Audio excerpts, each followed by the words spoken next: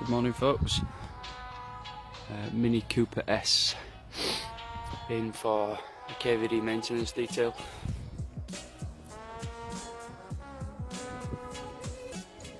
They received our new car protection package back end of last year. It's now been rebooked to have some maintenance work. Finished off in G-Technique C2 V3, which is what it was originally coated in.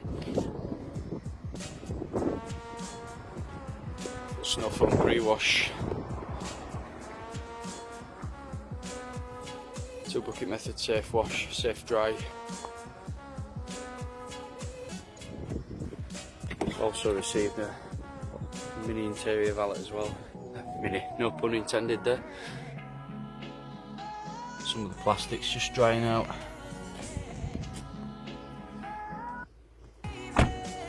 Lovely car this.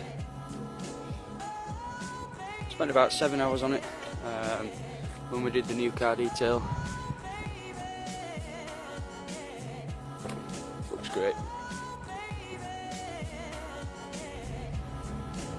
On to the next one.